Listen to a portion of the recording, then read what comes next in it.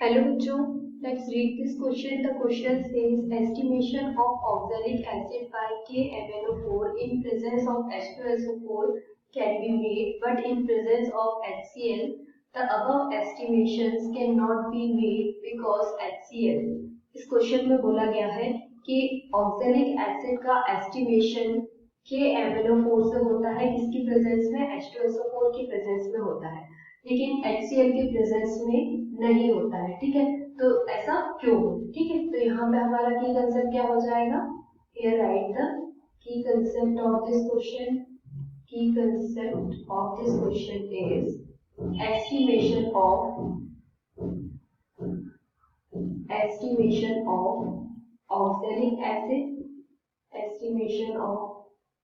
oxalic acid in presence of KMnO4।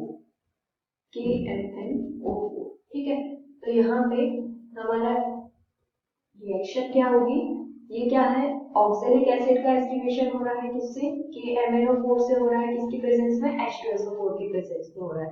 ठीक है, तो यहाँ पे ये क्या है, टाइट्रेशन मेथड है।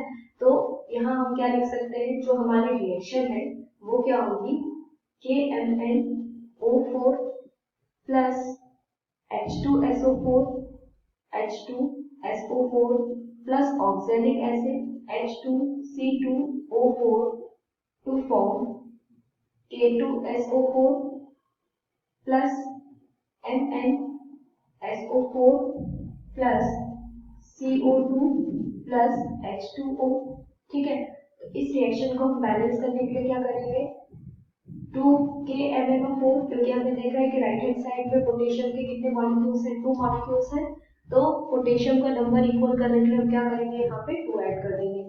H2SO4 के आगे हम 3 लगा देंगे, तो हाइड्रोजन का और सल्फेट का नंबर यहाँ इक्वल करने के लिए हम यहाँ पे भी 2 ऐड कर देंगे, तो सल्फेट आयन का नंबर इक्वल हो जाएगा। ठीक है, 2 यहाँ हो जाएगा और एक 1 पोटेशियम के साथ हो जाएगा। ठीक है, तो हमारा लेफ्ट हैंड साइड में भी हमने 3 ऐड कर दिया, तो यहाँ पे सल्फेट आयन का नंबर भी इक्वल हो गया। H2C2O4, अब कार्बन डाइऑक्साइड और H2O के आगे हम क्या करेंगे, यहाँ 10 ऐड कर देंगे और H2O के आगे 5 ऐड कर देंगे, तो यहाँ हाइड्रोजन और ऑक्सीजन का नंबर भी क्या होगा, इक्वल हो जाएगा। ठीक है, तो अब हम यहाँ पे क्या देख सकते हैं कि जो ऑक्सैलिक एसिड है, ठीक है, oxalic acid present in solution determined by titration with KMnO4। यहाँ हमारा स्टेटमेंट क्या हो जाएगा, oxalic acid present in solution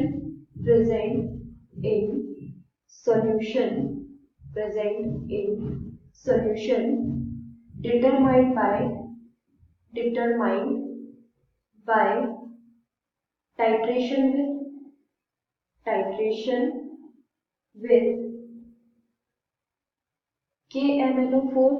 titration with KMnO4 in presence of H2SO4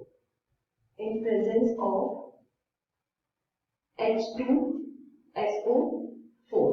ठीक है, तो यहाँ पे क्या बोला गया है कि जो ऑक्सैलिक एसिड है उसका सॉल्यूशन में प्रेजेंट किससे डिटरमाइन करते हैं, टाइट्रेशन विद KMnO4 से, किसकी प्रेजेंस में, H2SO4 की प्रेजेंस में।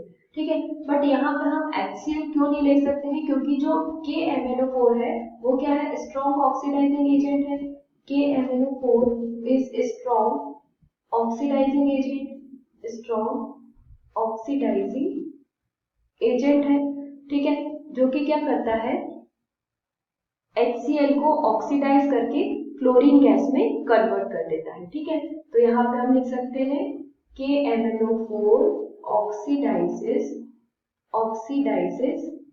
HCl to chlorine gas Cl2।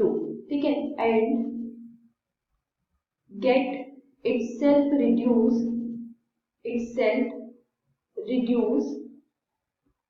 to manganese Mn2 plus ion, मैग्नीज 2 plus ion। ठीक है, तो इसीलिए यहाँ पे हम HCl को यूज ना करके हम उसकी जगह पे क्या यूज करते हैं, H2SO4 यूज करते हैं। ठीक है, तो यहाँ पे क्वेश्चन में हमसे पूछा गया था कि HCl क्यों यूज नहीं करते, तो तो हम यहाँ पे करेक्ट ऑप्शन देख लेते हैं। फर्स्ट क्या है, it oxidises oxalic acid to carbon dioxide and H2O, तो ये ऑप्शन हमारा इनकरेक्ट है। B is reduce to chlorine by oxalic acid, ये ऑप्शन भी इनकरेक्ट है क्योंकि यहाँ पे हम क्लोरीन को कौन सा ऑक्सीडाइज क्या ऑक्सीडाइज कर रहा है, KMnO4 ऑक्सीडाइज कर रहा है HCl को और क्लोरीन गैस बना रहा है और KMnO4 रिड्यूस हो रहा है, ठीक है, तो ये ऑप्शन भी नहीं होगा। सी क्या है, it furnish hydrogen ion in addition to H2C2O4, तो ये ऑप्शन भी इनकरेक्ट है क्योंकि यहाँ ऑक्सैलिक एसिड से के साथ में हाइड्रोजन आयन फॉर्म नहीं हो रहा है। लास्ट क्या है, it oxidise to chlorine by KMnO4, ठीक है, तो KMnO4 क्या कर रहा है, HCl को ऑक्सीडाइज करके क्लोरीन में कन्वर्ट कर रहा है। तो हमारा लास्ट ऑप्शन क्या होगा, करेक्ट होगा। तो यहाँ आंसर क्या आ जाएगा, option number D is correct. So hope you understood it well, best of luck.